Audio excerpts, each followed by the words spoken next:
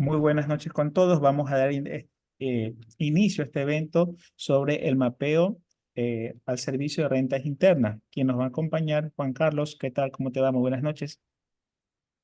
Eh, bueno, de mi parte, muy buenas noches, Marlon. Muchas gracias por la invitación a este evento de actualización tributaria respecto de lo que es el mapeo de estados financieros. De mi parte, muy buenas noches para todos los colegas de la profesión contable y también emprendedores. Es muy importante conocer que el mapeo es la parte principal para poder presentar eh, al servicio de rentas internas la información. Yo me asombro mucho cuando se le pregunta a aquellos emprendedores contables o aquellos contables que están conociendo o que ya llevan una compañía y la pregunta es, ¿cómo es tu mapeo? Y ellos dicen, ¿qué es eso? ¿Con qué se come? O sea, realmente cuando uno recibe una revisión por parte de la administración tributaria, es uno de los documentos más importantes que le va a pedir. Son las bases para poder armar los estados financieros que vamos a presentar al servicio de rentas internas. Sin embargo, vamos a darle paso a Juan Carlos para que nos explique en esencia cuáles son los cambios para este año 2023. Bienvenido, Juan Carlos. Bueno, una de las partes integrantes que debemos de conocer nosotros, Marlon, ha sido un cambio que yo he podido observar en el año 2022 y año 2023.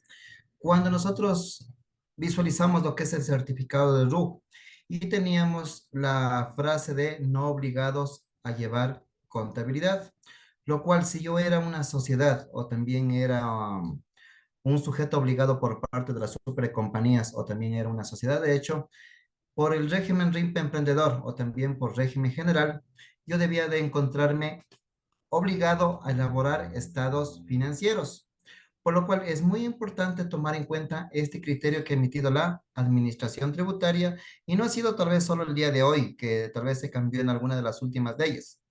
Nosotros tenemos en el artículo número 19 en relación a lo que establece la ley de régimen tributario interno que nos dice lo siguiente: todas las sociedades están obligadas a llevar contabilidad y declarar los impuestos en base a sus resultados que arroje la misma.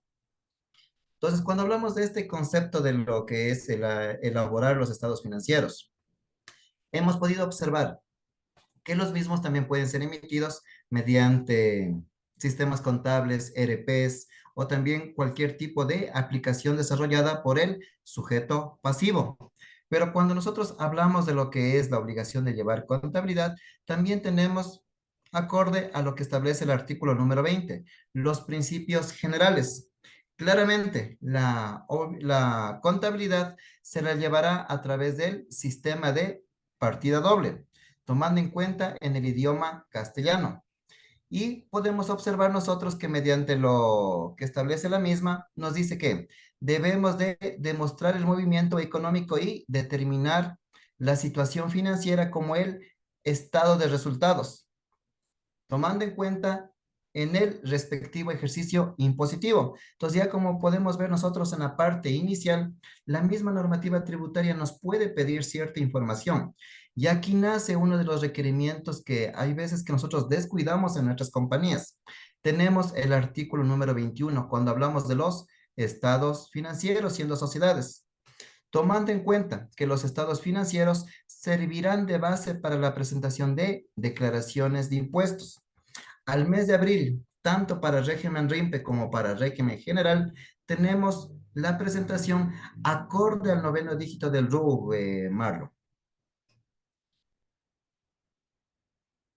Entonces ya estamos a tiempo para poder ir mapeando, ¿ya? Juan Carlos ha presentado y ha preparado un mapeo para que ustedes puedan puedan ya ir adecuando sus estados financieros para el servicio de rentas internas, ¿ya?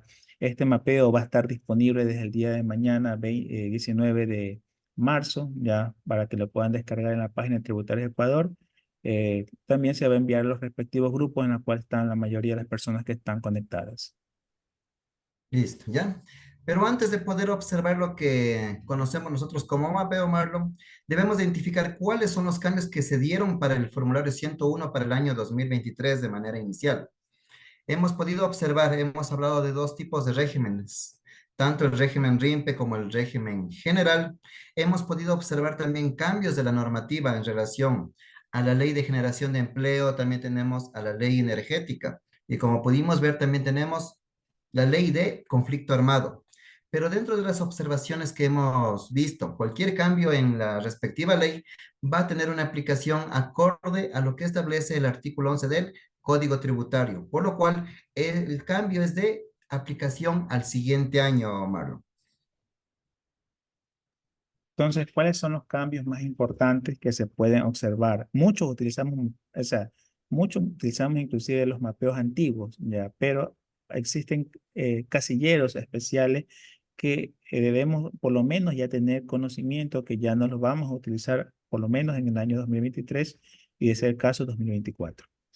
Claro, se ha podido dar a conocer mediante lo que es la comparativa del formulario 101 del año 2022 en comparativa del formulario 101 del año 2023 que existen cambios que son dirigidos para cierta consideración y también categorización a través de ciertos sectores. Entonces, podemos observar nosotros que acorde a cada tipo de vigencia de cada normativa, se han ido actualizando.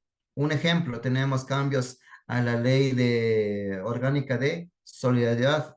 También tenemos en cuenta cambios a lo que son productos de origen agrícola. También tenemos cambios que están dirigidos para la exploración y explotación. Por lo cual, dentro de los cambios que vemos de manera general, no existen cambios que afecten al régimen RIMPE en los casilleros informativos. Pero dentro de los cambios que estamos observando, que son muy pocos que están relacionados, ahora vamos a ver cuáles son los cambios incluyentes. Mediante lo que fue la normativa en el decreto 586 y también mediante el decreto 742, pudimos observar también lo que son cambios dirigidos para ciertos sectores. Como vamos a ver a continuación, tenemos un cambio que está dirigido para el sector minero, lo cual ahora ya tenemos que tomar en cuenta cuáles son las respectivas propiedades, planta y equipo que están dirigidas y a su vez también podemos observar cuál es la depreciación como también su respectivo deterioro. Hemos podido también tomar en cuenta este concepto de lo que son inversiones de fase de exploración dirigida al sector minero y también para otro tipo de actividad que esté relacionada.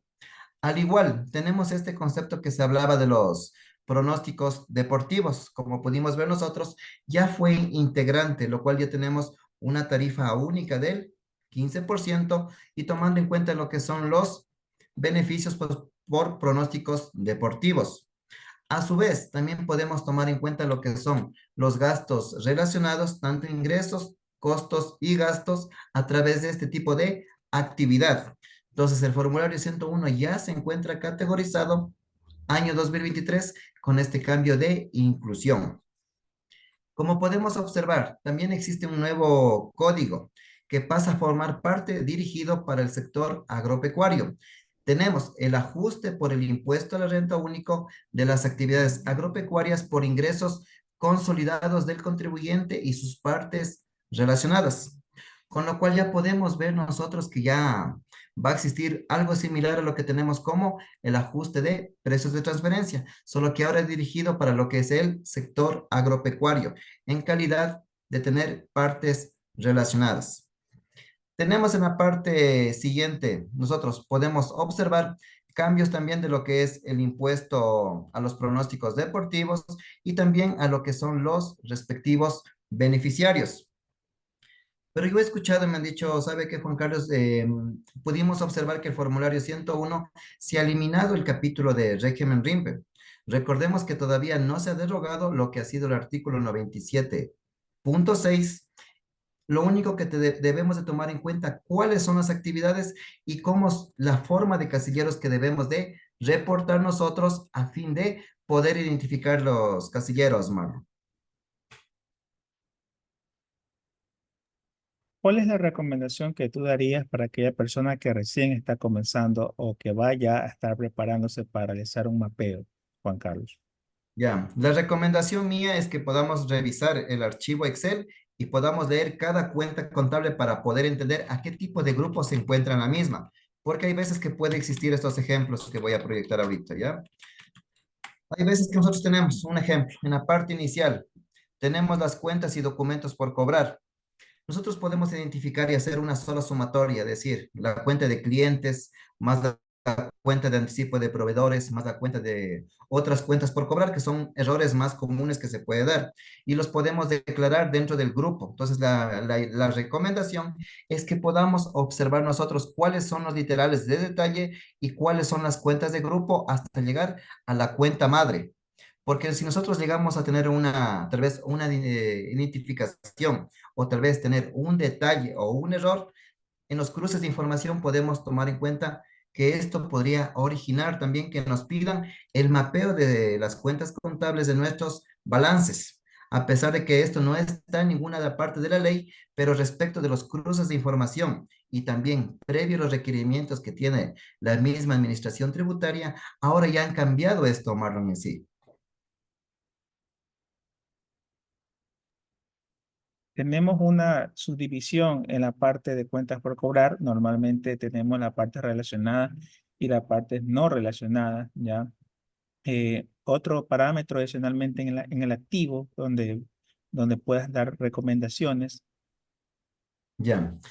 Cuando hablamos de lo que son las cuentas del activo, es muy importante tomar en cuenta cuáles son los activos corrientes y cuáles son los activos no corrientes.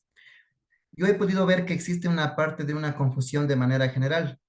Cuando hablamos de lo que es en comparativa con los estados financieros para la superintendencia de compañías, uno de los principales clasificadores es que las cuentas contables no son las mismas, por lo cual no vamos a encontrar los mismos códigos o tal vez tener las mismas estructuras. Entonces, al momento de poder revisar lo que es el formulario 101, tratemos de revisar qué es activos corrientes y también qué significa lo que son activos no corrientes.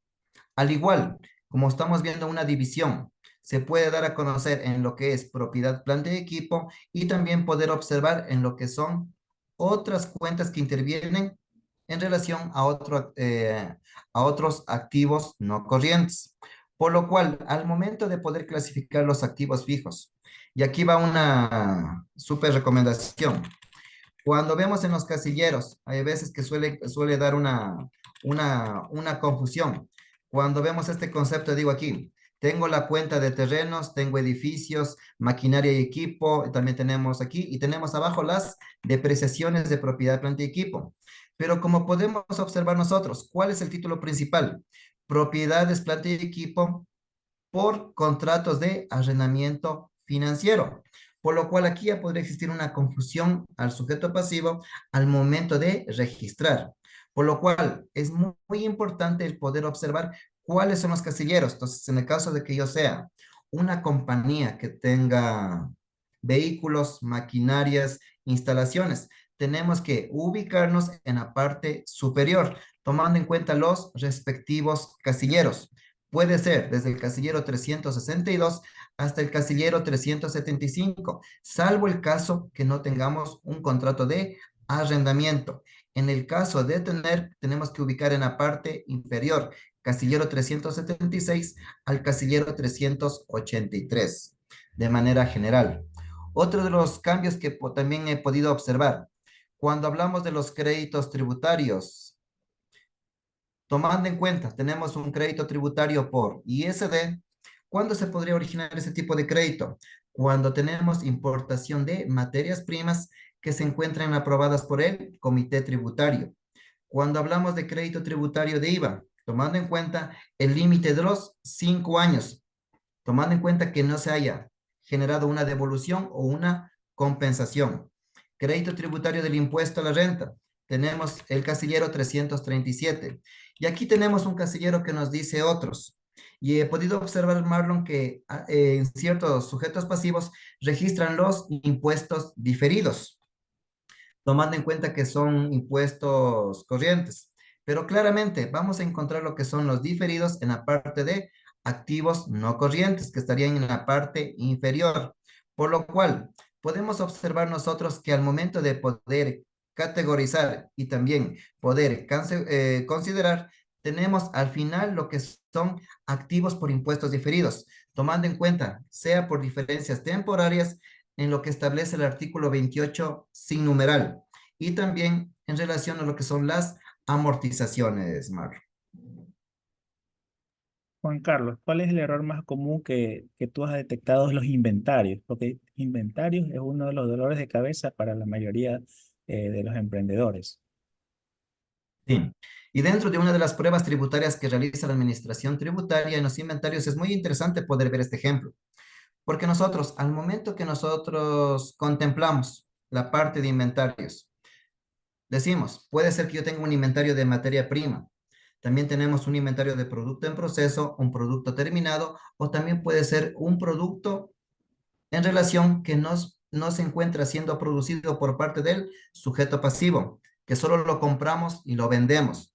Entonces, al momento que nosotros realizamos una prueba tributaria de inventarios, debemos de irnos por un momento a lo que es el costo, donde nosotros vamos a encontrar una serie de cuentas contables, donde vamos a llegar a la fórmula que establecemos un costo de ventas. Entonces, dentro de lo que vamos a poder conocer nosotros, tenemos los inventarios finales, por lo cual los inventarios finales tienen que ser iguales a los inventarios que estamos dejando nosotros en el estado de situación financiera. Si nosotros no categorizamos los inventarios finales, ya tenemos ahí un llamado de atención, Marlon. Ese es el error más común que yo he detectado. Prácticamente ese va concatenado con el inventario eh, final que se encuentra en el formulario del activo. ¿Ya? ¿Cuál otro error que se pueda detectar en la parte de activos para comenzar ya con los pasivos? Ya. Cuando hablamos también de lo que son las depreciaciones, Marlon, también, porque hay veces que nosotros contemplamos también, digamos, como qué es una depreciación acelerada y qué es una depreciación no acelerada. Tomando en cuenta que cuando hablamos de este concepto de acelerado, puede ser la vida financiera que sea inferior a la vida tributaria o a los límites establecidos, como lo da el artículo 28 del reglamento. Por lo cual es muy importante identificar todos los asientos contables que provengan, sean de deterioro, depreciaciones, amortizaciones, bajas de cuentas contables del activo que se encuentren debidamente sustentadas. Listo. ¿Cuáles son las cuentas más importantes que se puede determinar tanto en el pasivo como en el patrimonio? Yo he observado que normalmente existen los famosos otros resultados integrales. ¿Cuáles son las cuentas que tú has observado que también puedan permitir de ayuda para su registro? Ya. Cuando nosotros hablamos de lo que son las cuentas pasivas, como lo establece la norma internacional NIC 1, sabemos que va a ser una partida que va a originar desprendimiento de efectivo para una compañía. Pero nosotros debemos de categorizar las cuentas contables respecto de la naturaleza de la misma. Un ejemplo, en la parte de los casilleros de cuentas y documentos por pagar comerciales no corrientes, podemos dar a conocer una parte como proveedores o también tenemos como otras cuentas por pagar. También tenemos que identificar cuáles son las transacciones con nuestras relacionadas, tomando en principal concepto que no son solo con los accionistas, también como lo establece el respectivo reglamento, con aquellos sujetos pasivos que tengamos transacciones en compra o en ventas superiores al 50%. Otro de los conceptos que también se ha podido distinguir es mediante de la categorización que tenemos en nuestros pasivos a corto plazo y a largo plazo. Los mismos que también pueden relacionarse a través de lo que son cuentas y documentos corrientes y a largo plazo. En el caso de la jubilación y el desahucio, que ha sido una de las preguntas bastante consideradas, Marlon, tenemos nosotros los casilleros específicos en la parte final, lo cual, casillero para jubilación patronal, tenemos el casillero 573 y cuando hablamos del desahucio, casillero 574.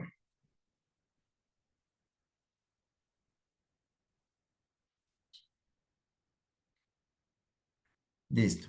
Otro de los casilleros que vamos a encontrar nosotros en el caso de ser una compañía que realiza provisiones, también tenemos grupos para provisiones, lo cual es muy importante el poder observar y poder clasificar.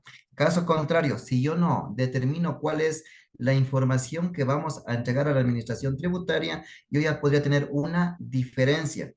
Hay veces que nosotros dejamos todo en las cuentas clasificadas también como otros pasivos cuando no se puede encontrar una categorización. Por lo cual es muy importante el poder observar y detallar las cuentas contables en los casilleros que más intervienen en una compañía. Otro de los errores que también se ha podido evidenciar es cuando tenemos lo que son valores por sueldos y salarios.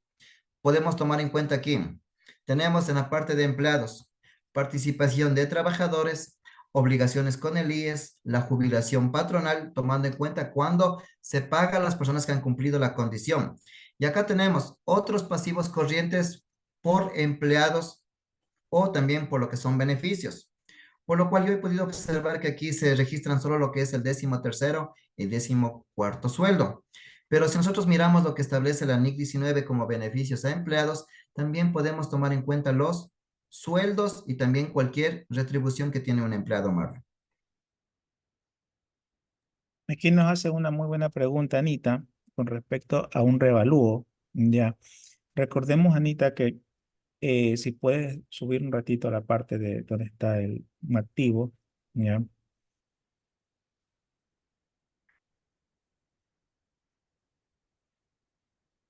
Aquí, ya.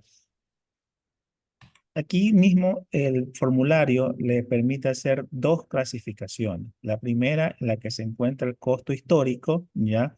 Y en la segunda en la que se encuentra su respectiva reevaluación, ¿ya? Pero cuando usted está haciendo un gasto de depreciación, recordemos que en el casillero de costos y gastos también existe más adelante en la parte, en la parte derecha, cuando usted revisa, va a existir gastos no deducibles. Ahí usted estaría colocando cuál es la parte no deducible, es decir, lo que genere el revalúo. Recordemos que el revalúo nunca va a generar un gasto deducible. ¿Ya? Entonces, ahí viene la separación. Usted tiene que tener buenos extracontables si el sistema le permite mejor para tener el control. ¿Cuál es la parte de la depreciación deducible y cuál es la parte no deducible? ¿Alguna recomendación en este caso también, Juan Carlos? Sí. Cuando tomamos en cuenta lo que son revalúos o también lo que puede ser por una reexpresión, debemos de tener el respectivo estudio que confirme y el mismo ser realizado por un perito calificado por las super de compañías, Marlon. Listo, continuemos. Listo, ¿ya? Entonces, otro de los conceptos que podemos observar en el pasivo también, que hay veces que también genera una confusión. Cuando nosotros hablamos de lo que son las partidas a corto plazo y a largo plazo, más conocidas como pasivo corriente y no corriente. Hay compañías que dicen, ¿saben qué? Podemos disminuir lo que es el pago del 1.5 por mil y coloquemos todo como pasivo corriente. Para la administración tributaria también puede considerar una revisión. Recordemos que también mediante el cruce de información que realiza los respectivos municipios, también pueden exigir cuál es el pasivo que tiene una compañía. Nosotros dentro de lo que se ha podido ver en los requerimientos municipales, se da a conocer este tipo de estructura de información, por lo cual, recomendación financiera, separemos como pasivo corriente y pasivo no corriente, tomando en cuenta que superen los 365 días, Mar. Y de la misma forma también con, me- con la- con las cuentas, existen muchas cuentas que hay que analizar cuál sería la parte corriente con la parte no corriente. Yo siempre he observado también en los estados financieros que a veces todo lo mezclan o lo mezclan en la parte corriente o lo mezclan en la parte que es no corriente. ¿Ya? Listo, ¿ya? Entonces, uno de los conceptos también que debemos de conocer nosotros, que el formulario 101 se encuentra adecuado. Y aquí vamos a poder tomar en cuenta lo que son las partidas del patrimonio que me han dicho, pero ¿cómo registramos? ¿Cómo podemos categorizar? Cuando hablamos del patrimonio, primer requisito, tener las actas de junta que aprueben cualquier movimiento patrimonial. Un ejemplo, si yo tengo utilidades acumuladas y estamos distribuyendo dividendos, el acta de junta va a ser la que va a dar a conocer el monto y cuál va a ser el destino que tienen las utilidades.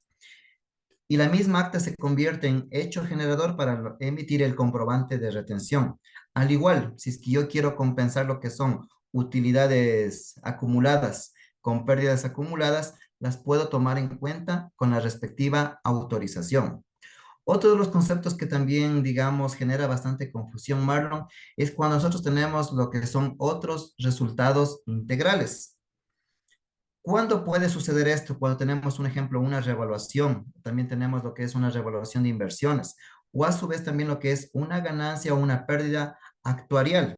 Solo que hay veces que nuestros sistemas contables no cierran este concepto de información, por lo que es muy importante el poder separar de manera financiera. Por lo cual, voy a poner un ejemplo.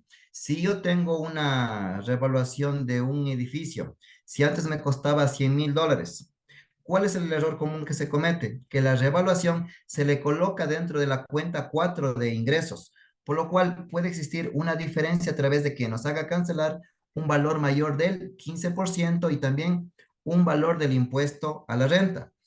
Por lo cual el patrimonio también ya se encuentra estructurado cuáles son las ganancias que pueden provenir por otro resultado integral.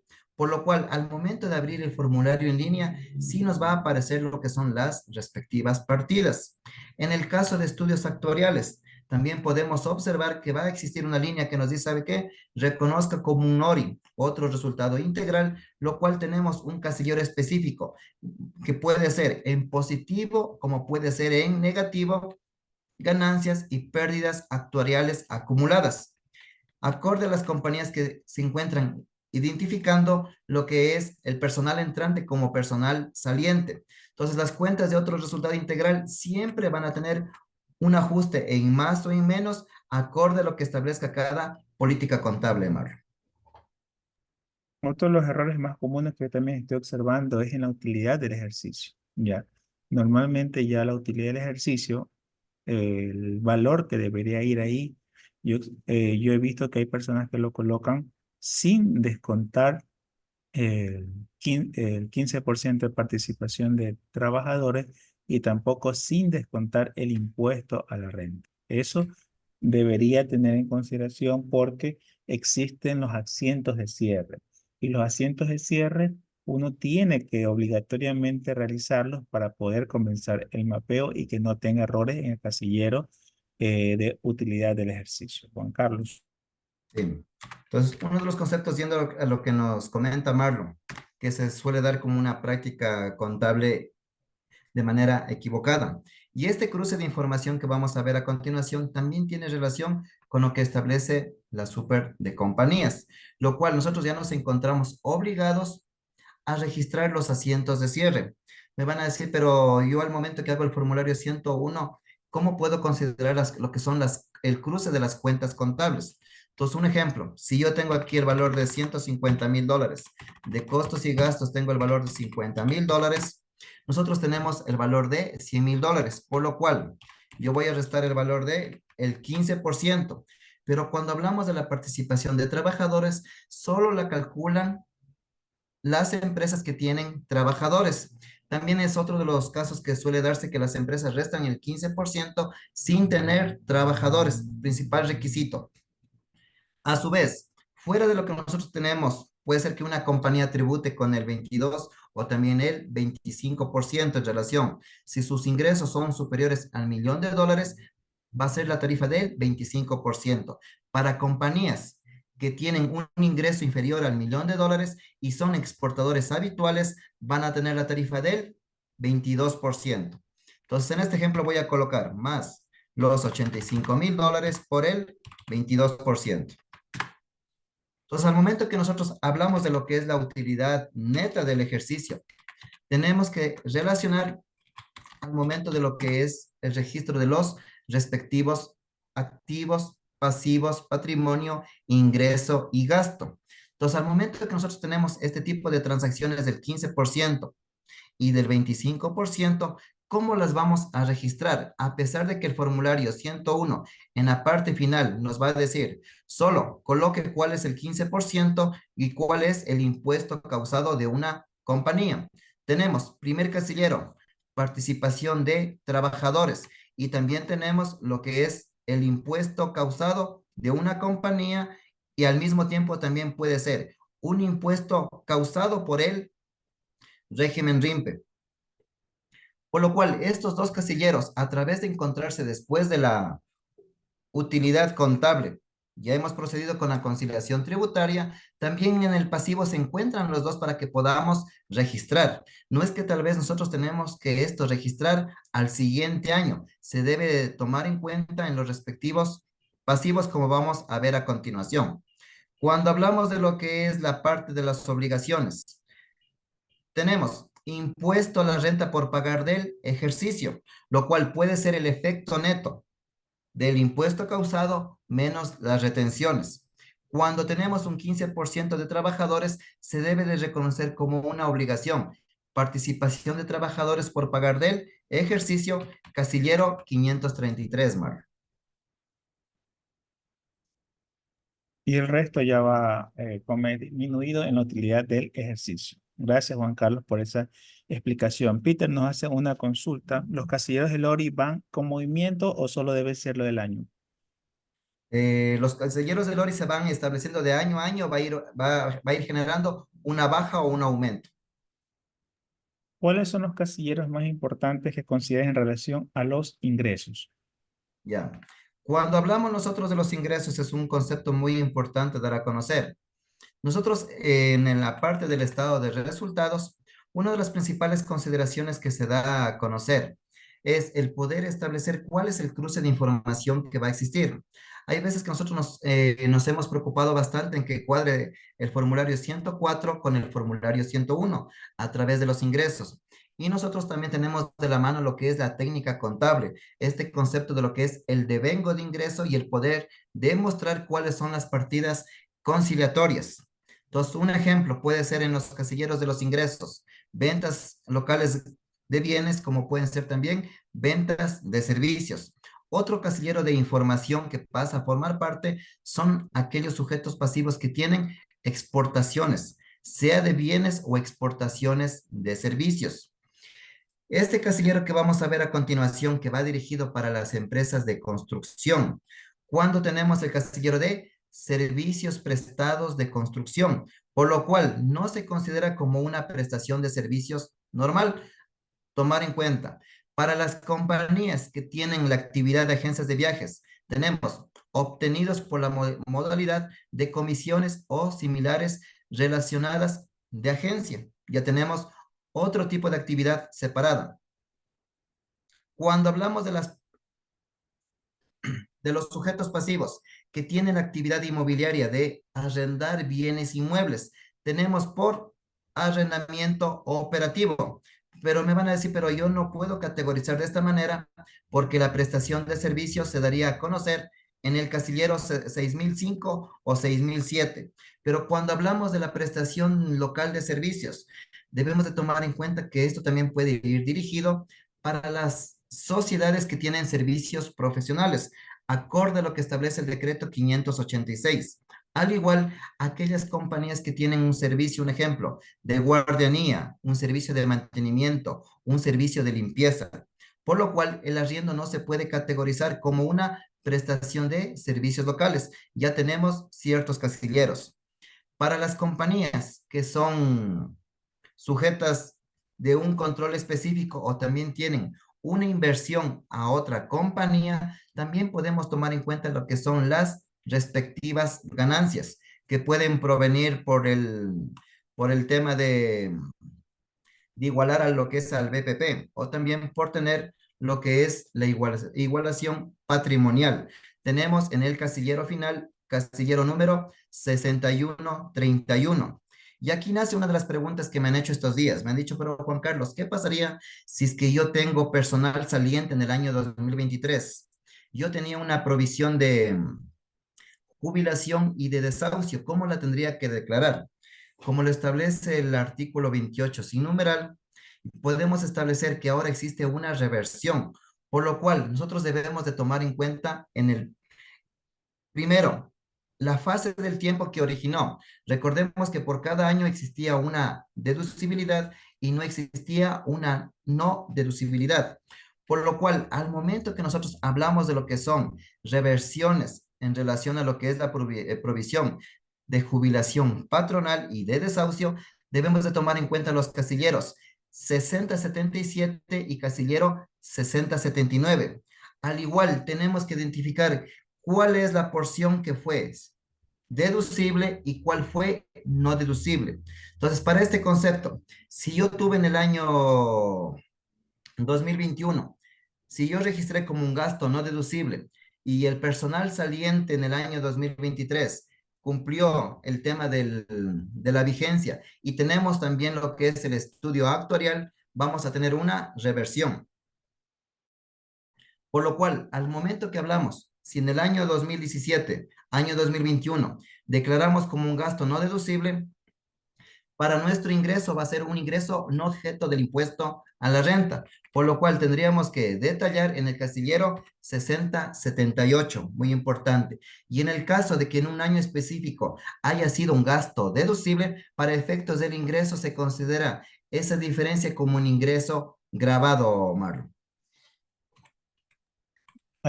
Adicionalmente, tenemos que recordar que en la parte de los ingresos, el mismo formulario nos indica detallar cuáles son los ingresos que recibimos por partes relacionadas o partes locales, ¿ya? También en nuestra parte derecha también tenemos otros casilleros que se están habilitando para digitar la parte o el ingreso que es exento, ¿ya? Por ahí nos hacen una recomendación sobre ratito.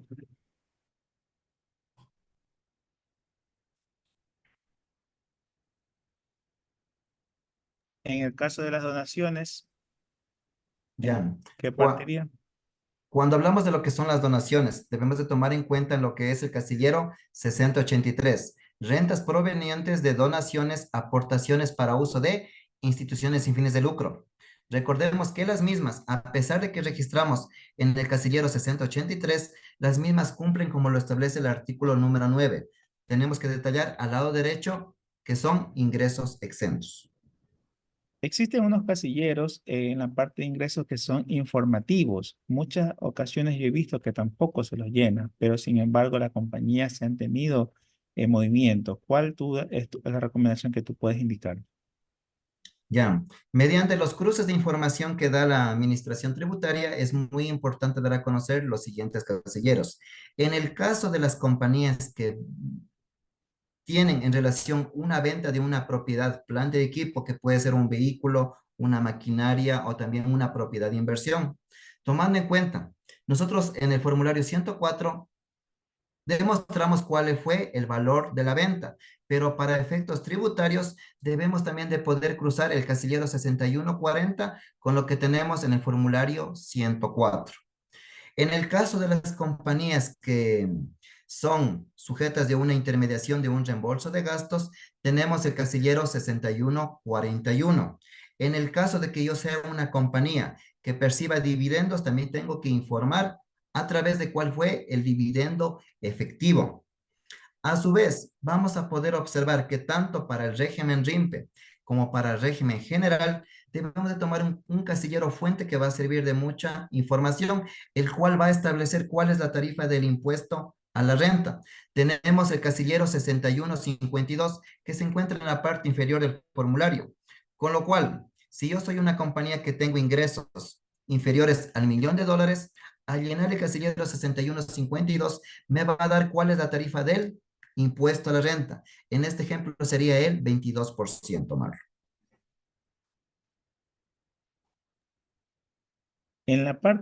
Vamos avanzando ya en la parte de costos y gastos. Más adelante, en otro slide, les prometo realizar bien cómo es la contabilización, pero para, para la persona que nos está preguntando con respecto a dónde va el gasto de impuestos a la renta diferido, esos son asientos de cierre. Y esos asientos de cierre ya se van contabilizando, o sea, ya se van directamente en la utilidad del ejercicio. Ya, cuidado con andar colocando los gastos de impuesto diferido dentro de los costos y gastos normales como es del formulario. No, esa parte que está ahí no va. Sí. ¿Cuáles son las recomendaciones que tú das en los costos y gastos? Ya, en la parte de los costos y gastos, como lo establece el artículo 28 del reglamento y el artículo 35, el poder hacer las pruebas necesarias. Pero cuando hablamos de poder llenar lo que son los costos y gastos, primeras pruebas, tener los comprobantes de venta, la bancarización, ciertos conceptos aplicables para el régimen general. Cuando hablamos de lo que es, un ejemplo, un gasto de viaje, hacer las pruebas tributarias en relación al 2%, en el gasto de viaje el 3%, gastos de promoción y publicidad.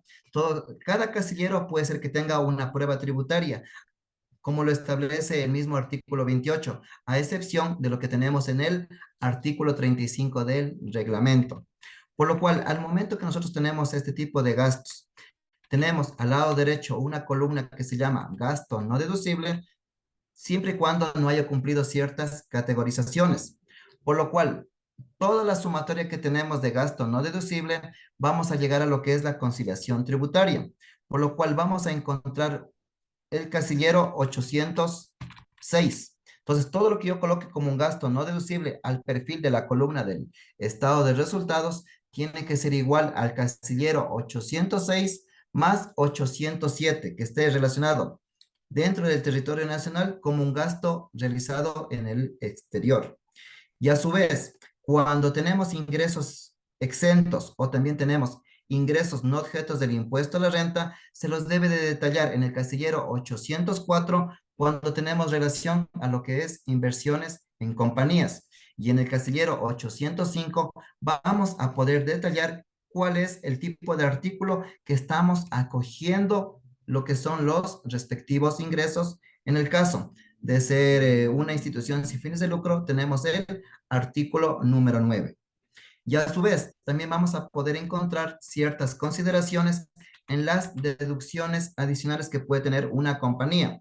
Un ejemplo, en el caso de tener la deducción por seguros, en el caso de discapacidad, podemos establecer también todo lo que es el árbol de conceptos que tenemos en el formulario 101 en línea, Mario. Con respecto a las deducciones, en la parte que es la conciliación tributaria, recordemos que la ley Violeta no está aplicando para el 2023, por si acaso, así que no vamos a estar haciendo algún tipo de deducción ahí en esa parte.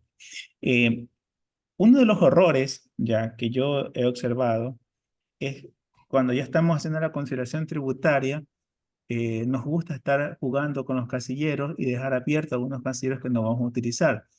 Por ejemplo, vemos en otras rentas exentas, dejamos aperto el casillero y luego llega el momento que no le comes que el servicio de rentas internas ya van a enviar la información y sale que no puede porque están y no saben en qué momento tocaron, se olvidaron en ese momento. Por favor, revisar si vamos a hacer un asiento o vamos a aperturar un nuevo casillero de los internos que están, si lo va a utilizar, tiene que tener datos. Caso contrario, tiene que eliminarlo. Evitémonos ese tipo de problemas porque a largo plazo llega un momento que estamos dejando para lo último y en lo último ya no podemos presentar o no nos valida y ahí nos toca afrontar alguna multa. ¿Cuál es la recomendación que nos daría en la conciliación tributaria, Juan Carlos? Bueno, primero identificar cuál es el tipo de negocio o el tipo de sector que estamos considerando los diferentes rubros en nuestros gastos. Tomando en cuenta cuáles son los ingresos, revisar el artículo número 9, artículo 28, artículo 35. También tomar en cuenta lo que es la prueba de ingresos exentos, los gastos atribuibles a ingresos exentos y poder tomar en cuenta en el caso de tener otra actividad independiente, en el caso de lo que es el IRU agropecuario. Y aquí va una de las recomendaciones que nos han preguntado con Marlon conjuntamente. Nos han dicho, pero ¿cómo vamos a declarar si yo soy una sociedad que tengo ingresos por $250,000? Yo al momento que estoy haciendo el impuesto a la renta, me parece que tengo que pagar como régimen general el 22%. Nosotros para poder observar cuál va a ser la tarifa que establecemos para el régimen RIMPE, nos vamos a dirigir a lo que tenemos en la parte de la conciliación tributaria, sea en el formulario preimpreso en el ejemplo o también en línea, por lo cual vamos a encontrar en la parte inferior el casillero 1113 y casillero 1112.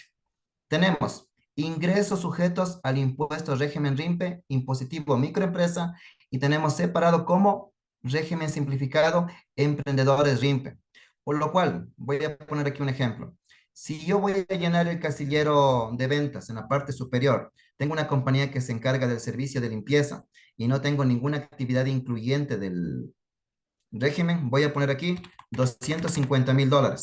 Como yo sé que soy de régimen RIMPE, me voy a la parte inferior, casillero 1112 que pudimos observar. ¿Dónde está? En la conciliación tributaria. Habilito lo que es la pestaña de diferencias permanentes. Entonces, al momento que yo ya categorizo ese tipo de ingreso que vamos a reportar nosotros, ya podemos observar que no tiene que existir una equivocación. Entonces, al momento que yo ya contemplo lo que es detallar tanto los ingresos que pueden provenir, acogiéndose al artículo 97.1, ya podemos dar a conocer cuál va a ser el impuesto que tenemos nosotros. No va a ser que tal vez yo tenga que tributar como régimen general o puede existir una equivocación. A su vez, también dentro de lo que son los conceptos, casillero 1112, coloco el valor de $250,000. Igual, al ser régimen RIMPE e emprendedor como sociedad, también tengo que llenar los casilleros asociados a los gastos. Recordemos, y esto va a una recomendación que nos preguntaban el fin de semana, si soy de régimen RIMPE emprendedor, ¿puedo aplicar lo que son impuestos diferidos? Un sí o un no, eso ya es una política que tiene cada sujeto pasivo al momento de la aplicación, tomando en cuenta la aplicación en otro resultado integral. Recordemos que los emprendedores no tienen la conciliación de gastos no deducibles. Entonces, en el caso que yo sea una sociedad que tenga ingresos inferiores a los $300,000 y tenga personal, a pesar de que la jubilación patronal y el desahucio nos dice la misma normativa que es no deducible, la misma es de aplicación solo para las personas de régimen general. Para los emprendedores no tienen que llenar la columna de gastos no deducibles porque no les va a permitir validar ni tampoco les va a permitir guardar, Marlon. Otro error que también se observa en la columna 1113, ¿ya? Es sobre la utilidad. Si la compañía tiene una utilidad, perdón, 15% de participación de trabajadores. Si la compañía tiene 15% de participación de trabajadores, también se tiene que sumar para que pueda cuadrar. Si usted no suma, le va a salir una pérdida del ejercicio en la conciliación tributaria, ¿ya? Narcisa nos hace una pregunta. ¿Hay una distinción para las compañías de construcción en relación a los gastos o se distribuye normalmente en todos los casilleros? Sí, cuando hablamos de los gastos en empresas de construcción se distribuyen todos en los casilleros. Solo en el ingreso tenemos lo que es servicio de construcción. Y para finalizar, ¿nos podrías indicar un pequeño ejemplo de cómo funciona el mapeo que estará disponible para la comunidad contable desde el día de mañana? Ya, listo. Quiero hacer un aporte adicional antes, que me han preguntado también, ¿qué va a pasar con el régimen RIMP emprendedor? Si cancelamos la tasa gradual o cancelamos la tasa única. Mediante lo que establece los cambios del decreto 742, el año 2023 es el último año que vamos a pagar los $60 a pesar de que no tengamos actividad económica o tal vez como sociedades tenemos ingresos inferiores a los $20,000. Hay que tomar en cuenta esto, ¿ya? Nosotros, al momento que vamos a ver en la matriz que ustedes pueden descargar el día de mañana a través de la página que ya va a proyectar Marlon, debemos de tomar en cuenta lo siguiente. Primero, podemos ubicar al lado izquierdo el código de la cuenta contable de la compañía. En la parte de la cuenta contable, el detalle o también la descripción. En el casillero de valor, el monto que tenemos acorde a nuestra contabilidad. Y en el lado de la columna E tenemos el casillero del formulario 101. Al igual, al momento que vamos a ir ingresando, va a ir habiendo ciertos validadores que le va a informar cómo está registrando usted. Entonces voy a poner aquí un ejemplo. Tengo la cuenta de caja. También puedo observar que tengo la cuenta de Banco, Banco Pichincha. Entonces yo voy llenando las cuentas contables. Entonces digo aquí, tengo la cuenta de clientes locales. También puede ser que tenga la cuenta de proveedores. Puede ser que tenga empleados. Y tengo la cuenta de capital. Entonces yo tengo que ir observando cuál es el detalle que tengo en el formulario 101 para tener un resumen para poder llenar y poder validar. Entonces yo voy a poner aquí, tengo de Banco de Pichincha $25,000. De clientes locales tengo el monto de $16,000. Proveedores tengo $28,000. De empleados tengo el valor de $3,600 y tengo un capital de $800. Entonces, al momento que yo hago una lectura previa de cuáles son los códigos que yo voy a aplicar, yo digo, Banco del Pichincha, tengo en el código 311 que pertenece a efectivo y equivalentes de efectivo. Y al lado derecho, al momento de digitar el código del formulario 101, me va a aparecer el detalle que yo estoy registrando. Me voy a clientes locales, casillero 315. Entonces yo tengo aquí al lado derecho que me dice, ¿sabe qué? Pertenece a cuentas y documentos por cobrar corrientes de no relacionados locales. También podemos observar en cuentas de pasivo, casillero 521, que pertenece a otras cuentas y documentos por pagar no relacionados locales.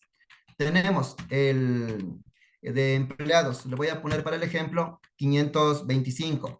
Le voy a poner de capital el casillero 601, capital suscrito y o asignado. Entonces, al momento de poder resumir la información, me dirijo al formulario 101 y aquí vamos a ver los detalles de los casilleros. Casillero 311, la sumatoria de la cuenta de caja más la cuenta de Banco Pichincha.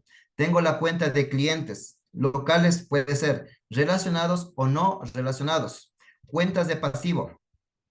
En la parte inferior tenemos aquí el monto de $28,000, el monto de los $36,000 y tenemos en la parte de lo que es el patrimonio la cuenta de capital de los $800. A nivel vertical también podemos observar también los totalizados por cada columna. En el caso de los ingresos, voy a tomar aquí un ejemplo. Casillero 6003, no, perdón, 6005 voy a poner aquí. Casillero 6005. Vamos a poner que esto pertenece a ventas por el monto de $280,000. Me regreso a mi formulario y aquí ya podemos ver, tengo el valor de $280,000. Al igual, si tengo también lo que son los gastos, voy a tomar en cuenta lo que es el casillero 7209 de impuestos. Tengo lo que es el 1.5 por mil. Le voy a poner que he pagado $4,500. Comprobamos. Tengo el valor de $4,500. Ahora, si yo quisiera categorizar que esta partida también pertenece a un gasto no deducible, solo agrego una fila más. Digo, este 1.5 por mil es del año anterior y esto es un gasto no deducible. Casillero 7210. Al momento, voy a observar que tengo como gasto dentro del ejercicio y también cumple la condición de ser un gasto no deducible. A través de lo que son las sumatorias, si es que yo lleno todos los gastos no deducibles en el mapeo, me va a aparecer en la conciliación tributaria también sumado los valores respecto de lo que yo estoy aplicando y no estoy aplicando en la conciliación tributaria. Entonces ya podemos ir observando a dónde podemos calcular, pero aquí hay una recomendación, Marlon. La información es responsabilidad por cada sujeto pasivo. Correcto. Y lo más importante es que siempre tiene que llegar hasta antes de la conciliación tributaria. Cada compañía tiene una conciliación tributaria completamente diferente. El objetivo de mapear aquí es tener una adecuada información con respecto al activo, a pasivo, al patrimonio, ingresos, costos y gastos y también a las partes relacionadas. De ahí más adelante, usted tiene que incrementar o adjuntar sus cuadros de la conciliación tributaria. Como lo indiqué al inicio, cada compañía tiene un tratamiento completamente diferente y tiene que tener sus propios anexos de cada una de las deducciones especiales o de los cálculos que está realizando en la conciliación tributaria. ¿Algo adicional? Sí, ya. Estoy viendo que hay preguntas en el chat del Facebook, ya. Debemos de tomar en cuenta, y esto va dirigido para las personas que son de régimen RIMPE emprendedor. Tomando en cuenta que para el año 2023, y aquí va un ejemplo claro, si en el año 2022 yo tuve ingresos por $200,000, recordemos que bajo este concepto de la permanencia, yo podía seguir siendo en el año 2023 emprendedor. Para aquellos sujetos pasivos que sobrepasaron el monto de los $300,000, pueden tributar sobre el valor excedente. Un ejemplo, año 2022 yo tenía el monto de $150,000. ¿Cuánto era el impuesto que yo iba a pagar? 1,922,50 centavos. Si yo durante el año 2023 fui emprendedor y sobrepasé el monto de los $300,000, ¿cómo tendría que ser el cálculo expuesto? Voy a colocar aquí un monto de $450,000. El año 2023 es el último año que al sujeto pasivo le deja tributar sobre el valor excedente de los $300,000, tomando en cuenta esa recomendación. Entonces, para este ejemplo, el impuesto va a ser de 7,797,52 centavos. Como lo decía, para el año 2024, las personas que sobrepasen el monto de los $300,000 tienen que tributar como régimen general para no tener equivocaciones, Mar. Patricia, ¿qué tal? Siempre y cuando sea del giro del negocio, con gusto son deducibles. No hay problema en esa parte de ahí. Entonces, algo más sobre la plantilla que va a estar disponible el día de mañana. Saludos, Mayra. ¿Cómo va ese cumpleaños? Bueno, para las conciliaciones que tengamos en nuestros estados financieros, en la parte superior podemos encontrar un ejemplo. ¿Cuánto tengo registrado de activo? ¿Cuánto tengo de pasivo? ¿Cuánto tengo de patrimonio? Y tenemos que tener la diferencia cero acorde a la ecuación contable. En el caso del estado de resultados, los ingresos, costos y gastos, la respectiva utilidad, el 15%, el impuesto a la renta, la utilidad neta. Y vamos a tener en cuenta también lo que es otro resultado integral, Mar. Listo. Eh, Leticia, ya voy a revisar. Normalmente trate de utilizarlo desde otra página, otra computadora, porque hasta el momento las pruebas que se han realizado sí han sido adecuadas con respecto a las TXT. ¿Ya? Bueno, para aquellas personas que deseen descargar la plantilla,